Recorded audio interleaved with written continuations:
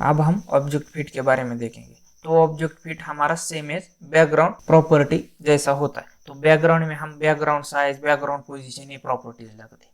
तो उसी तरह से हम ऑब्जेक्ट फिट में ऑब्जेक्ट फिट, ऑब्जेक्ट पोजीशन ये प्रॉपर्टीज लगाते हैं। तो बैकग्राउंड और फोरग्राउंड दोनों ही सेम ही है। तो यहाँ पे ऑब्जेक्ट फिट में क्या होता है कि आप ऑब्जेक्ट फिट इमेज या वीडियो दोनों को लगा सकते हो। तो हमें ऑब्जेक्ट फिट की क्यों जरूरत पड़ी? जब भी आप कोई इमेज लेते हो, उसे हाइट और विड्थ अप्लाई करते हो, आपकी इमेज का जो एस्पेक्ट रेशियो है वो चेंज होता है। तो हमें क्या चाहिए कि हमारी ओरिजिनल जिस तरह से इमेज दिखती है उसी तरह से हमें अपने ब्राउजर पे दिखनी चाहिए, उसके रेशियो में कोई भी चेंजेस नहीं होना चाहिए। इसीलिए हमारे सामने ऑब्जेक्ट फिट कॉन्सेप्ट पिक्चर में आई है।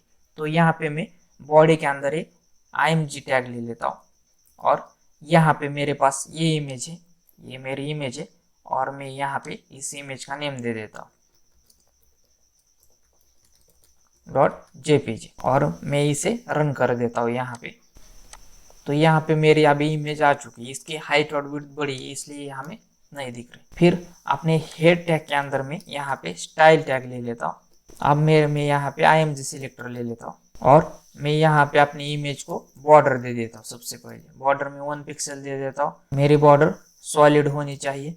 फिर बॉर्डर का कलर मुझे रेड चाहिए और मैं यहाँ पे हाइट दे देता हूँ। हाइट यहाँ पे 400 पिक्सल दे देता हूँ और विड्थ भी मैं यहाँ पे 400 पिक्सल दे देता हूँ। अब मैं इसे जैसे ही रन करूँ तो मेरे इमेज की हाइट और विड्थ दोनों चेंज हो चुकी होंगी। तो यहाँ पे देख सकते हैं। अब यहाँ पे मैंने हाइट और विड्थ यहाँ पे सुटेबल लगाई, इसलिए हमें ये इमेज ओरिजिनल की तरह दिख रही है। लेकिन हमारे इमेज का जो रेशियो है यहाँ से कुछ ना कुछ यहाँ पे बिगड़ा हो चुका है। तो यहाँ पे मैं अभी क्या कर देता हूँ, यहाँ पे मैं इसे जो मेरी हाइट है इसे मैं 200 पिक्सल कर देता हूँ। तो यहाँ पे देखिए मेरे इमेज का जो एस्पेक्ट रेशियो है वो पूरी तरह से चेंज हो जाएगा। तो यही हमें नहीं चाहिए, इसलिए हमें ऑब्जेक्ट फिट प्रॉपर्टी की जरूरत होती है।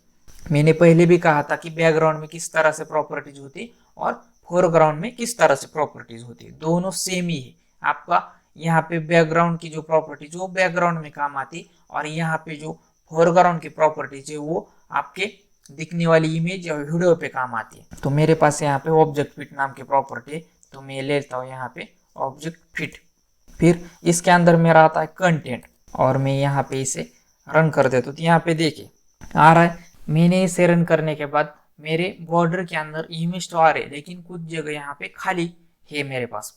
तो यहाँ पे हम जब ऑब्जेक्ट फिट कंटेंट यूज करते तो वहां पे आप पोजीशन प्रॉपर्टी भी लगा सकते हो। तो पोजीशन प्रॉपर्टी लगाने के लिए आपको यहाँ पे ऑब्जेक्ट पोजीशन नाम की प्रॉपर्टी है और इसके अंदर यहाँ पे आप इस इमेज को लेफ्ट में भी ले सकते हो, इस इमेज को आप राइट में भी ले सकते हो। तो यहाँ पे देखिए मैं जैसे ही रन करूँ तो मेरी इमेज लेफ्ट की तरफ जाएगी और मैं यहाँ से इसे राइट की तरफ भी यहाँ पे ले सकता हूँ। यहाँ पे देखिए अभी ये राइट की तरफ जाएगी। इस तरह से हमारी ऑब्जेक्ट पोजीशन प्रॉपर्टी वर्क करती है। अब हमें ऑब्जेक्ट फिट के बारे में देखना।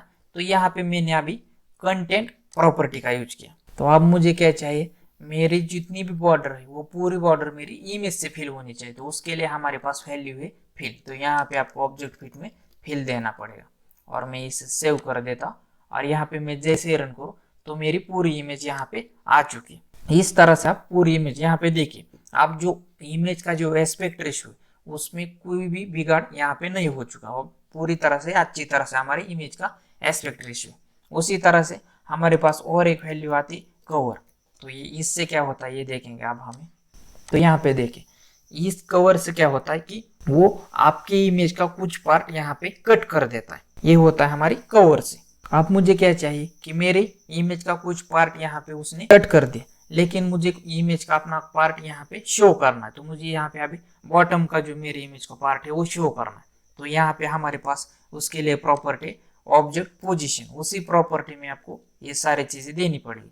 तो यहाँ पे मुझे बॉटम का चाहिए, तो मैं यहाँ पे बॉटम ले लेता हूँ वैल्यू और यहाँ पे मैं जैसे इस इमेज को रन करूँ मेरी इमेज का जो बॉटम का पार्ट है यहाँ पे आपको शो होगा। तो यहाँ पे इस तरह से देख सकते हैं। तो अभी जो हमारा ऊपर का पार्ट था वो कट हो चुका है। तो इसी तरह से आपको ऑब्जेक्ट फिट में यहाँ पे टॉप करने के बाद ऊपर का भी शो होगा। तो ऑब्जेक्ट फिट में आप जब भी कवर लगाते तो आपको अपने हिसाब से कौन सा इमेज का पार्ट दिखाना है उसी हिसाब से आपको यहाँ पे प्रॉपर्टी सेट करनी पड़ेंगी। तो यही सारी चीजें होती है हमारे ऑब्जेक्ट फीड में। तो यहाँ पे आपको हमेशा एक ही बात याद रखनी कि आपका ऑब्जेक्ट फीड वो होता है वो फोरग्राउंड इमेज के लिए होता है। इस चैनल को सब्सक्राइब करके बेल आइकॉन हिट नहीं किया तो वीडियोस आपको मिलेंगे नहीं और आपको बार बार ढूंढना पड़ेगा। ये ट्यूटोरियल की सीरीज आपको अच्छी लगी तो आप लाइक करें और शेयर उनको करें जिनको इस प्रकार के वीडियो से बेनिफिट हो सकता है। मेरे साथ जुड़े रहने के लिए आप सबका प्रेम पूर्वक बहुत बहुत धन्यवाद।